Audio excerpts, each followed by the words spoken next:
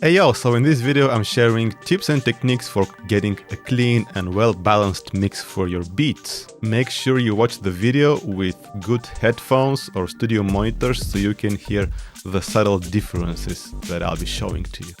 One very important tip before we start to look into the project. The basis of a really well mixed beat is your sound selection and arrangement. Make sure you select the proper sounds right from the beginning. Make sure your drums hit the way you want them to. Make sure your bass line is thick and fat, because otherwise fixing it in the mix later on can prove a little more challenging. And since you have control over the whole process, you're not mixing someone else's work, you can make it easy for yourself by choosing the right sounds and making a good arrangement. If you have too many sounds playing at the same time and interfering with each other in the same frequency range, this will definitely make your mixing job a lot harder. So make sure each sound occupies its own frequency range, and this starts from selecting which octave you're playing this sound in. A lot of people have commented on my Maschine videos that they want to see how I mix my beats in Maschine. However, I don't mix my beats in Maschine. I use Ableton Live for that. But it doesn't really matter, you can apply these principles to any DAW and including Maschine itself. With that said, let's get into this project that we'll be looking at today.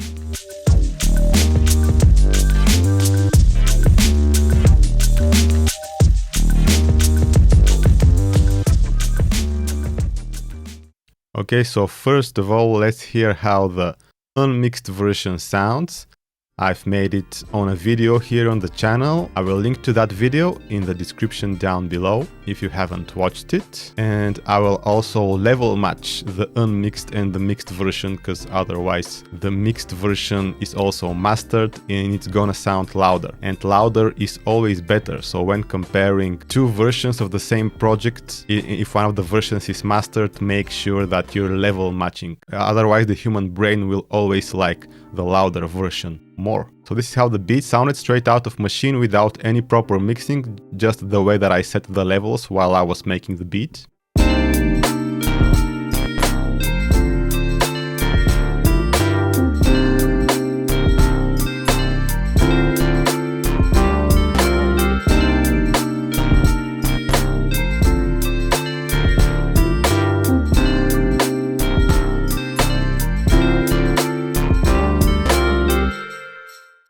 The mixed and mastered version playing from Ableton.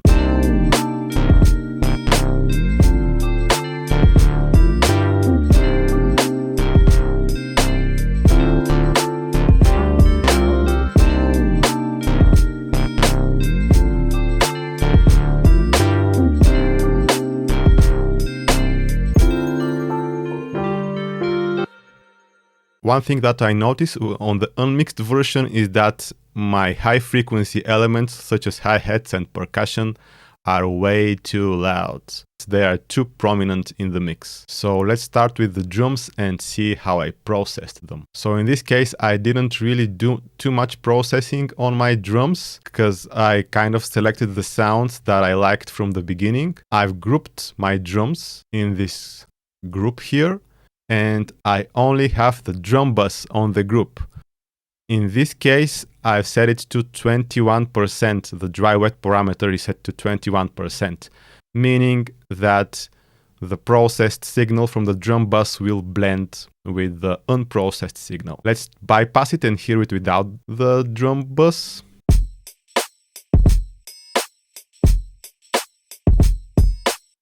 And with the drum bus.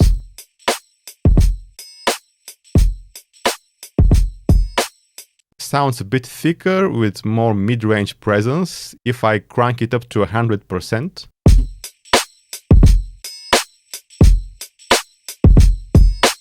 So you see, at 100% it was a bit too much, so that's why I set it to 21%.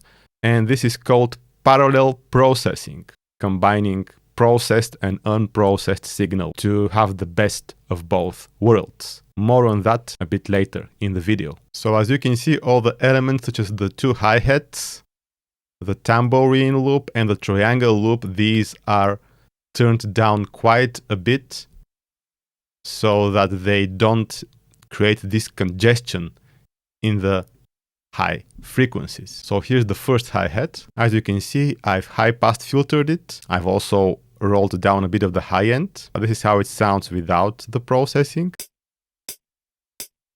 So it sounds nice, but there is some low frequency content here, as you can see on the spectral analysis. So some high passive filtering gets rid of the low frequencies. The second hi-hat, again, I only removed the low end here. Let's get to the kick. So the kick is really important to select the right kick, not too long, not too short, make sure it punches the right way. And the processing I've applied to the kick is just a slight boost to the 2K range. So why did I do that? Let's hear how the kick sounds in the mix.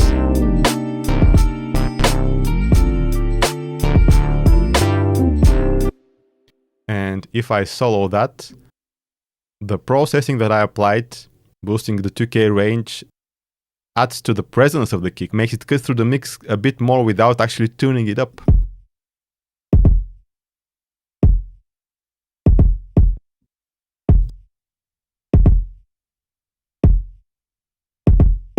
Again, a subtle difference, but all these subtle differences add up to make the mix clean and make everything sit the right way. Snare drum. On the snare, I've rolled off the high frequencies. I use the auto filter for this. Let's hear it without. The snare is quite bright, which may not be bad, but in this case, again, we have so much high frequency information and we don't need that in our snare. So it's just a gentle low pass filter at 16 kilohertz. So again, we've got this tambourine loop. I've sidechained it slightly to the kick and the snare with 2 sidechain compressors. That's not really the most important thing I did. The most important was the EQ. So if we bypass the filters of the equalizer, again, we have plenty of low frequency information in this tambourine. We don't also need the highest frequencies in the tambourine. And I've turned down one of the resonant frequencies here with band 3 to make it smoother, to remove these annoying frequencies. This is at about 4.5 kilohertz, which is known to be very annoying, very piercing to our ears. And the last thing, the triangle loop. If we bypass the processing,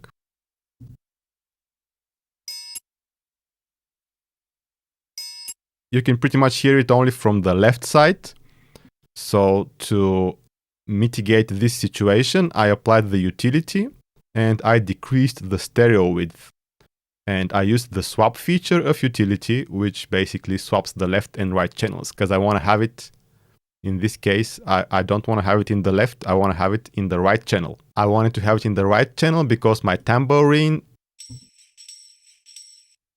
kind of sounds louder in the left channel and they balance each other. And it also helps with them interfering with each other since they share a similar frequency range. On to the bass line.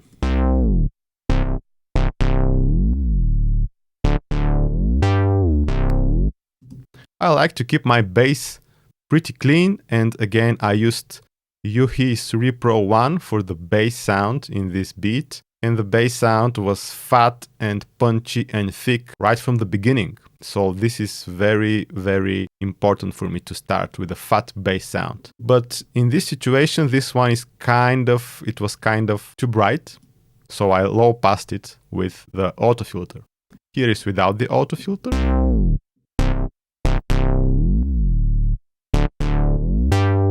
And if it's too bright, it kind of interferes again with your high frequency elements and it creates again this congestion in the high end.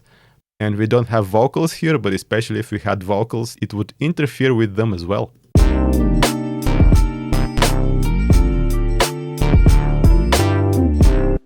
and the low pass version.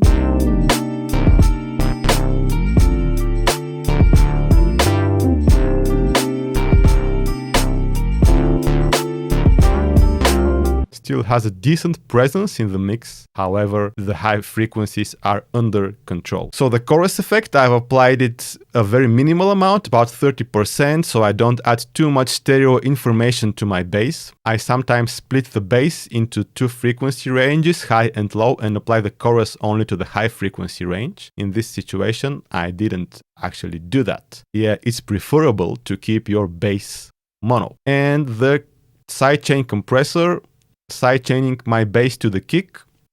It's a really common technique. However, there's something that we need to look at here. This is the gain reduction of the compressor. So let's solo the kick and the bass and listen to how they interact.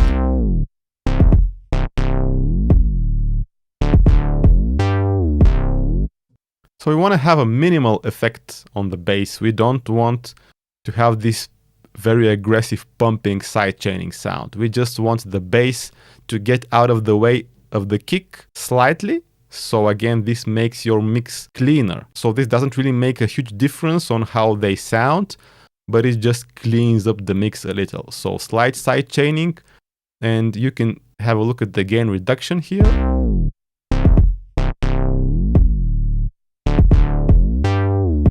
Around 6 dB. So, and if you had more aggressive sidechain compression by turning the threshold too low, you can hear how some of the notes are lost, and I don't want that. By the way, if you're enjoying the video, make sure you hit the like button, as this will help the video reach more viewers and help the channel out. Next sound, this is the riff that I've made with Yangqin. This is the Native Instruments plugin, which is a traditional Chinese instrument that they've sampled. Very minimal processing, because I actually applied a lot of reverb while I was making the beat. I used the ice.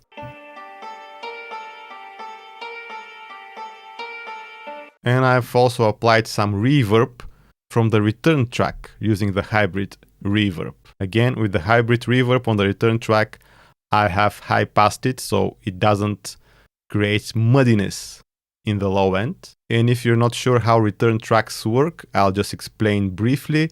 You just basically add effects to your return tracks, and with these controls down here, you can actually send signal to these tracks, so you can process all the sounds in your mix with the same reverb. And so I've added more reverb on top of the ice reverb that I had in my Maschine project.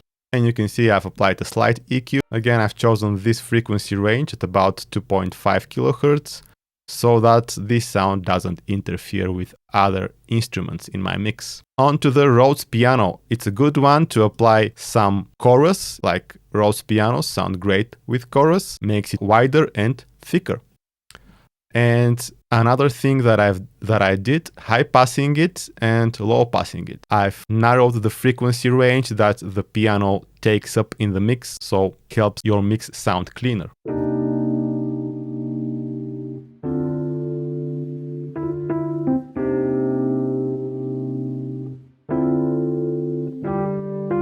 How it sounds in the mix.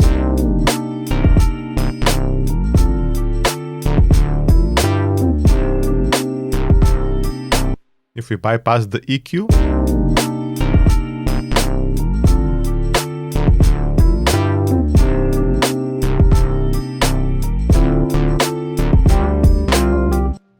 you can hear that it sounds fuller when the EQ is off. However, again, it takes up more space in the mix. Let's hear it in solo with the EQ off.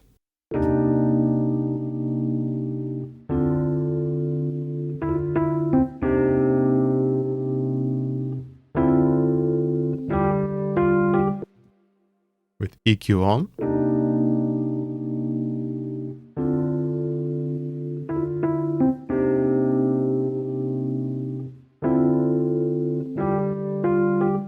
I would advise you to be careful when high passing sounds such as this, because it kind of makes them thin and they don't sound as warm and don't sound as full.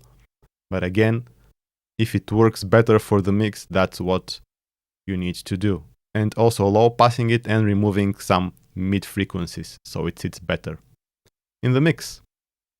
And I've applied similar processing to these bells, high pass and low pass, again cleaning up this sound in the mix. Without the EQ, it's quite a bit brighter. So again, all these low pass filters that I applied, whether using the EQ8 or the auto filter, they all helped clean up the high end of my mix.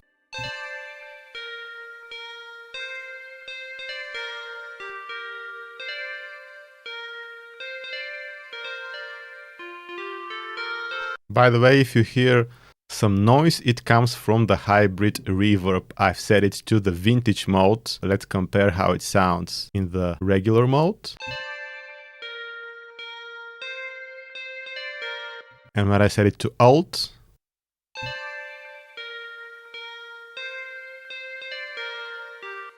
but I kind of like how it sounds. It adds a bit more texture to the mix. So I've left it to this noisy vintage mode.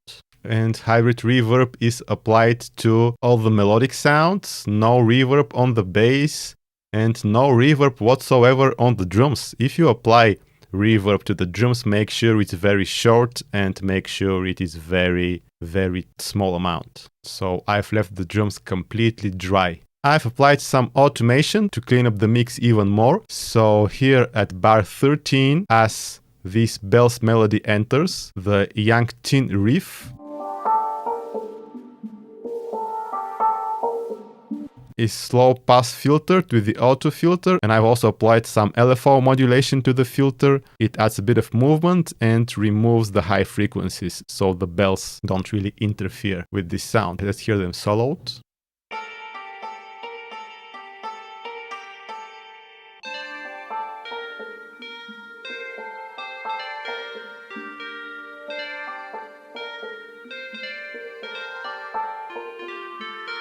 Filtering the sound drastically here leaves enough room for the bells. And I've also used the panning controls, panned the bells to the right and the Yangqin to the left, just slightly, not too much, but it helps clean up the mix.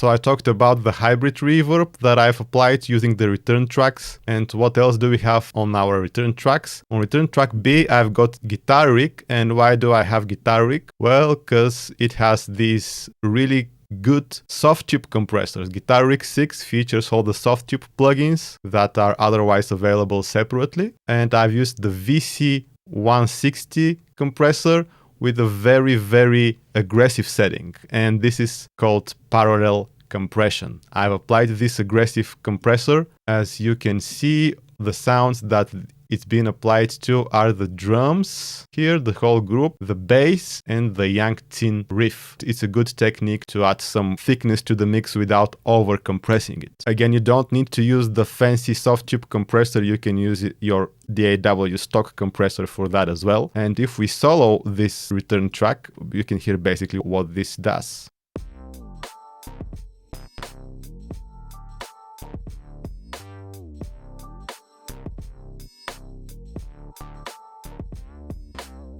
So this is basically just a very quiet, over-compressed version of these sounds that adds a layer of thickness. And now onto the master processing. In this case, I've used the Oxford Inflator. It's like a secret weapon. Is it secret? I don't know, but it's a very nice tool to add some liveliness, to add some thickness to your mix. You can check it out from the link down in the description of the video. I've got the link to Plugin Boutique, where you can get this plugin. I'll also put a link to Ozone. I've got Ozone 8, but the latest version is Ozone 9.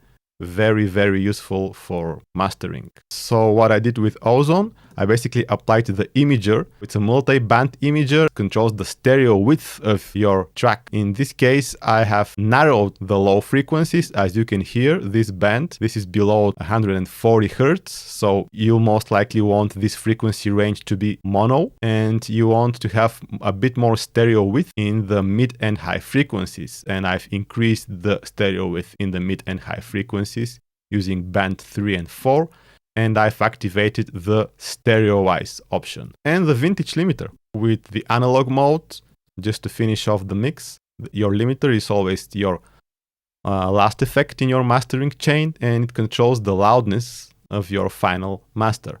In this case, I'm targeting about -12 LUFS. LUFS is just a standard that measures the perceived loudness of your music. So to set ozone to the proper metering, you click the I/O here and you choose integrated from this drop-down menu. And I found that my music sounds probably the best at around -12 LUFS. You can experiment with what works best for your tracks. The streaming platforms, they require at about -14. However, that is a bit too quiet for me.